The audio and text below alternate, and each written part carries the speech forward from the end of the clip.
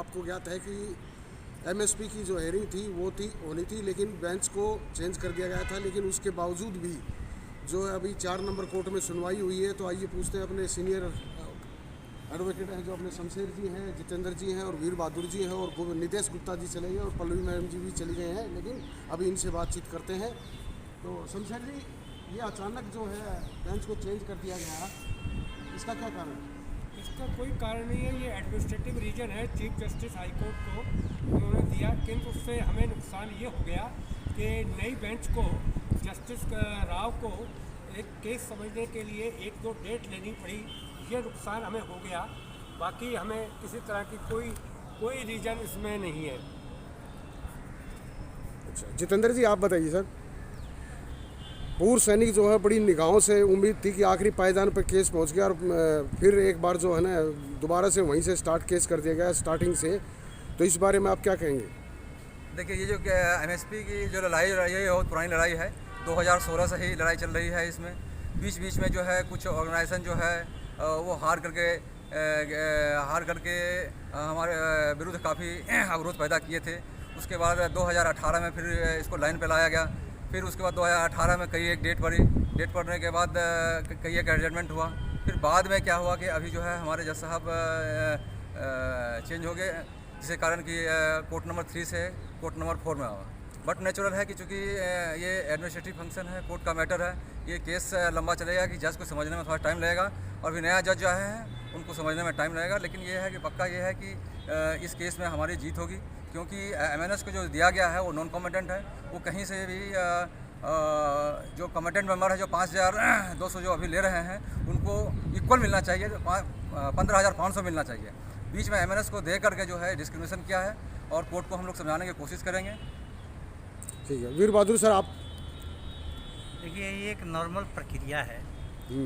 हम लोग बड़े 1 साल से बहुत केस को मजबूती से लड़ रहे थे, समय ले लेके लड़ रहे थे, और ये करीब बहस ऑर्डर में जाना चाहिए था। लेकिन सरकारी वकील ने 45 मिनट आधा घंटा टाइम मांगा अपने आर्गूमेंट के लिए, तो जज ने पार्टली हट से रिलीज कर दिया।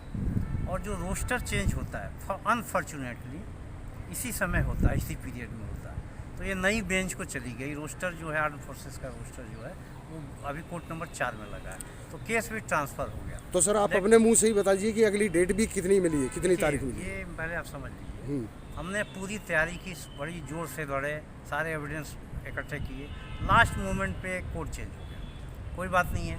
आज जो बहस हुई है ये भी जोरदार बहस हुई है। जज ने मान लिया और 16 अप्रैल को 3:30 बजे का समय मुकर्रर किया है पूरे बात सुनने के लिए।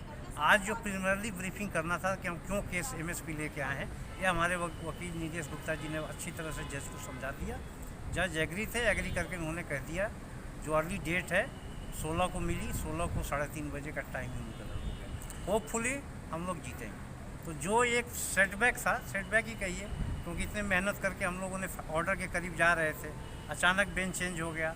ये नॉर्मल प्रक्रिया है, ये रोस्टर चेंज होते रहते हैं, साल में जनवरी का समय होता है, तो उस दायरे में हम लोग फंस गए। लेकिन यहाँ भी बहस बढ़िया हुई है, प्रिलिमिनरी बहस से जज साहब संतुष्ट हैं, और अगले डेट में हार्डली हम आधा घंटा और लेंगे, हम अपनी बहस पूरी करेंगे।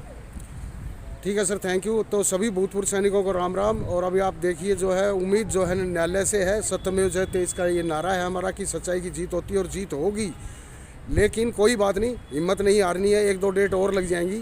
क्यों शमशेर सर? बिल्कुल, हमें जस्टिस राव साहब जो सर्विस मैटर के एक्सपर्ट हैं, हमें पूरी उम्मीद है कि 16 अप्रैल को या तो जजमेंट मिलेगा या ऑर्डर रिजर्व होगा, वो हमारे फेवर में होगा। 1-2 डेट और लग सकती है। हाँ भाई, 1-2 डेट और लग सकती है, लेकिन अभी क्लियर बाकी सब हो चुका है। हमें समय मिल गया तो आधा घंटा में हम अपनी बात कर देंगे। ये ट्रांसफर कर दे यार। थैंक यू सर, जय हिंद जय भारत। अशोक सर, मिलते हैं ऐसी खबर के लिए आपको, तब तक के लिए जय हिंद जय भारत।